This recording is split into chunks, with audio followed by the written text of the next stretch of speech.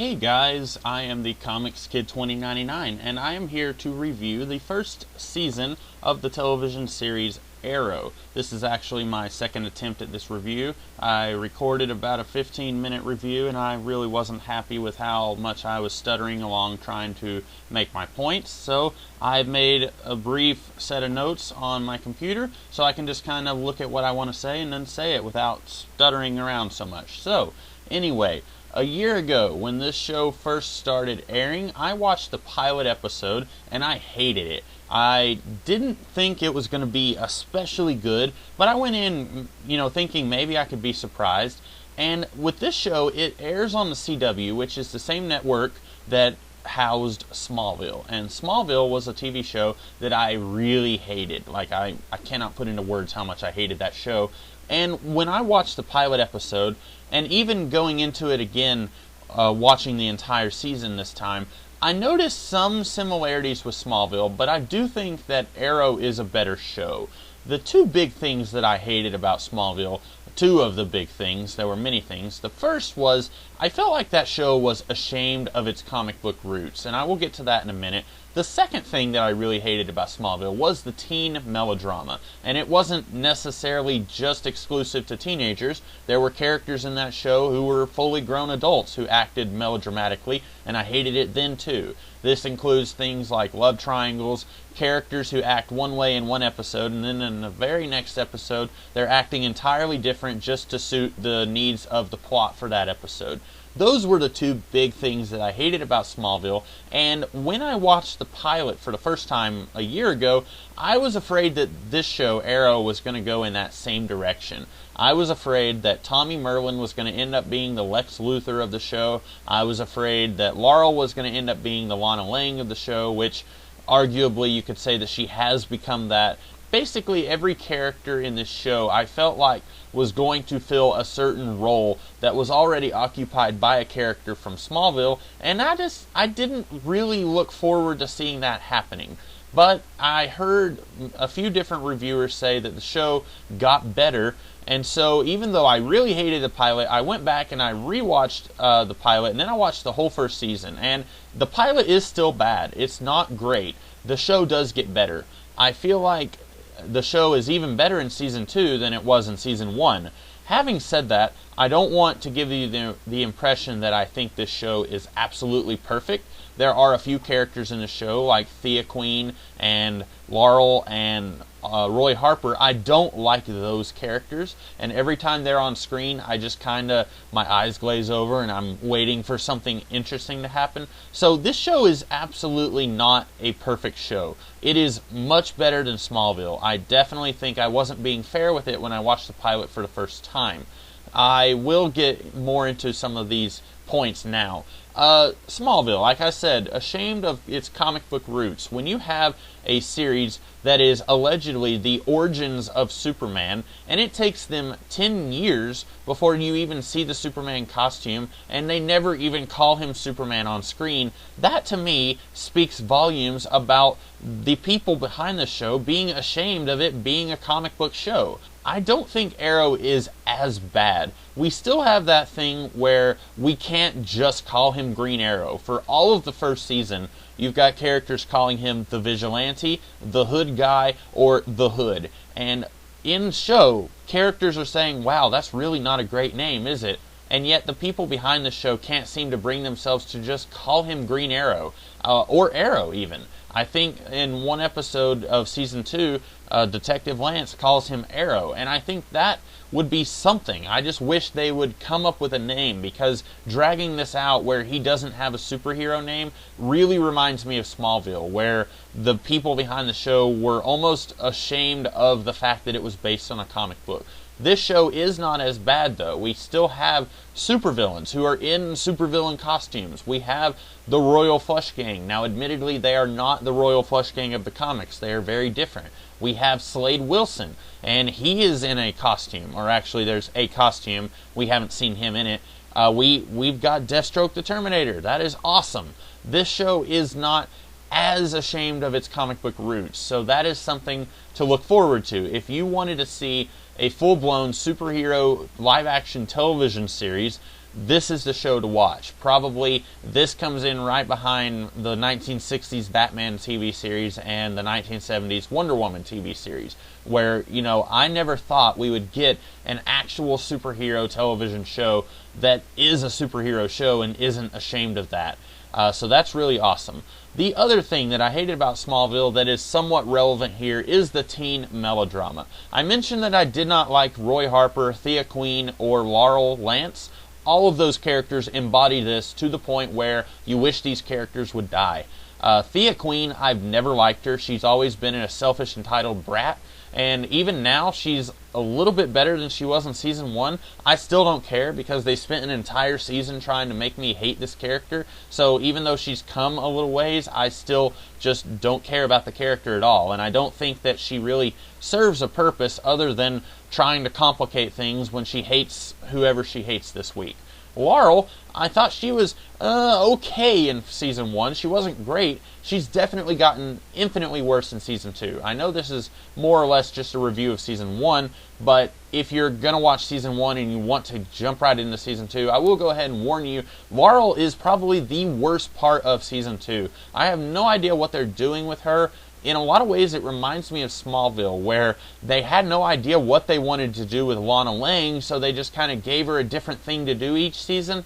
This seems to be what they're doing with Laurel. And then Roy, I've heard people say they really like this character. I don't. I don't think there's really anything behind this character other than the air quotes hot body. He wants to be a vigilante. He wants to save people, kind of like the vigilante, the hood guy, whatever you want to call him.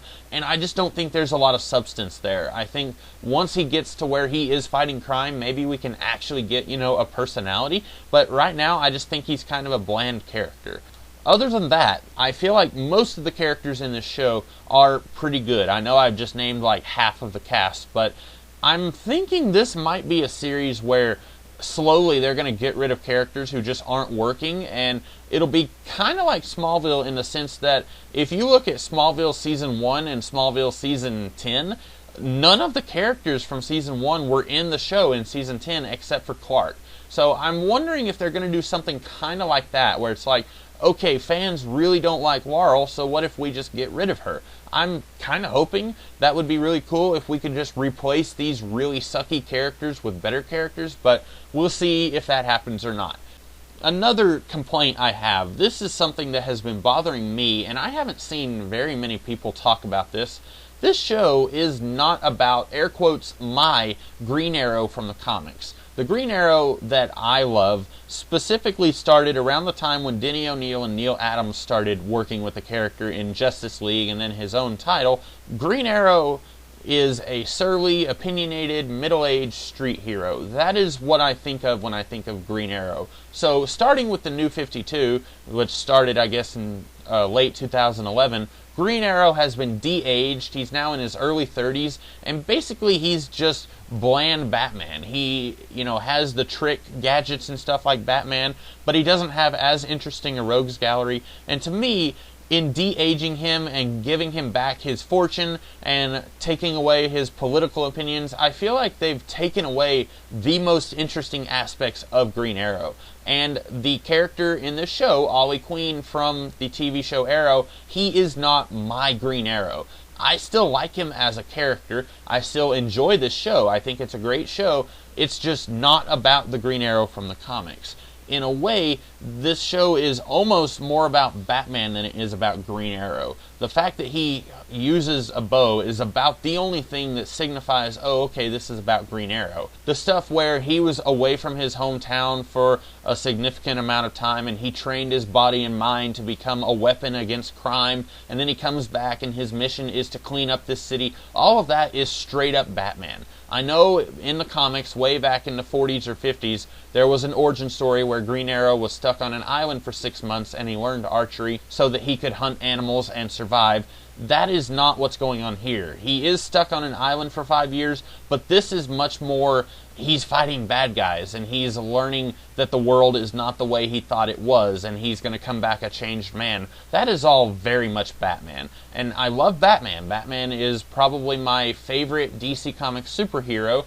I don't feel like this show needs to try to be Batman in order to be an air quotes good show. I think if this show got rid of everything that it is ripping off from Batman, specifically the Christopher Nolan, Christian Bale trilogy of movies, I still think this would be a good show. I almost feel like the people behind this show, they don't quite trust themselves. They're not sure if they've got a show here unless they try really hard to mimic the Batman stuff that they are mimicking. And there is a lot of stuff. I won't get into all of it, but over the course of season 1, there's like 15 different references to the Christopher Nolan, Christian Bale Batman movies. Sometimes they're just taking a line of dialogue and using it. Sometimes it's like a character relationship that's very similar to those movies. And again, I like 2/3 of those movies, so it's not that they're referencing or ripping off bad stuff. It's just that I feel like they don't have to rip off those things anyway.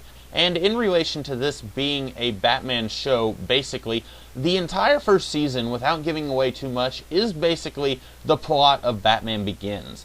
I enjoyed the first season more or less. There were things I didn't like, but I feel like this show doesn't have to try so hard in being a Batman show. I think if they try to do their own thing, it would be good. It would work. And it's just, I'm not entirely sure if they've learned that lesson yet or not. This is a spoiler, but in season 2, the League of Assassins is showing up. And I'm afraid that they are still going to try and rip off stuff from those Batman movies because they're not entirely sure what they can do if they don't do that. And that's probably one of my biggest complaints, is that this show doesn't trust itself enough to do its own thing.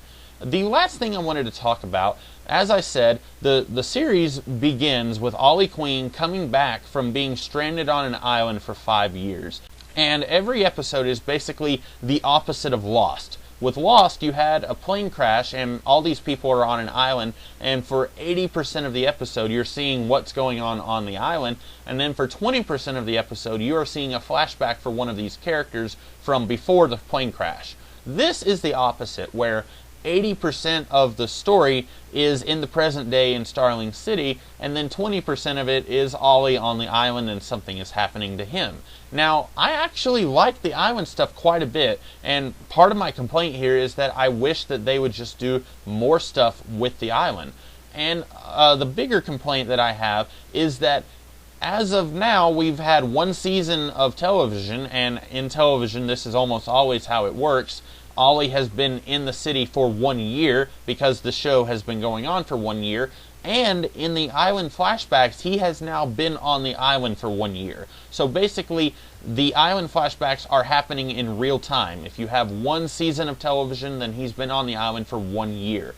And I'm afraid that if this show lasts 7 or 8 years, I'm not really sure what they're going to try and do, because it would be really weird if 5 seasons in they just said, okay, that's it, we're done with the island stuff, now we're just going to have him in the present day for the entire episode.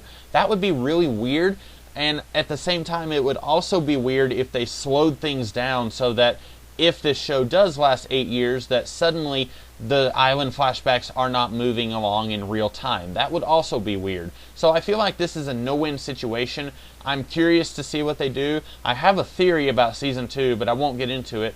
But I really hope that this isn't going to be one of those things where if this show does last 8 years or something, that you look back and you're like, oh yeah, they used to do these flashbacks to when he was on the island. I really hope that they don't get rid of that if this show lasts 5 years or longer.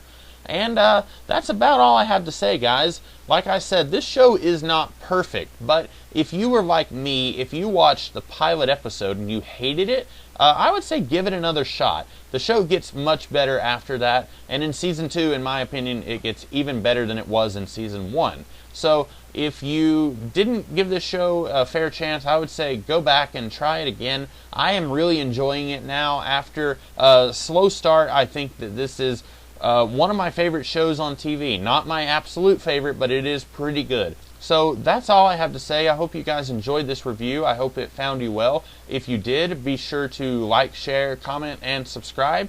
And I will be back tomorrow with another kind of video. Until then, I'll see you guys next time. Have a great day.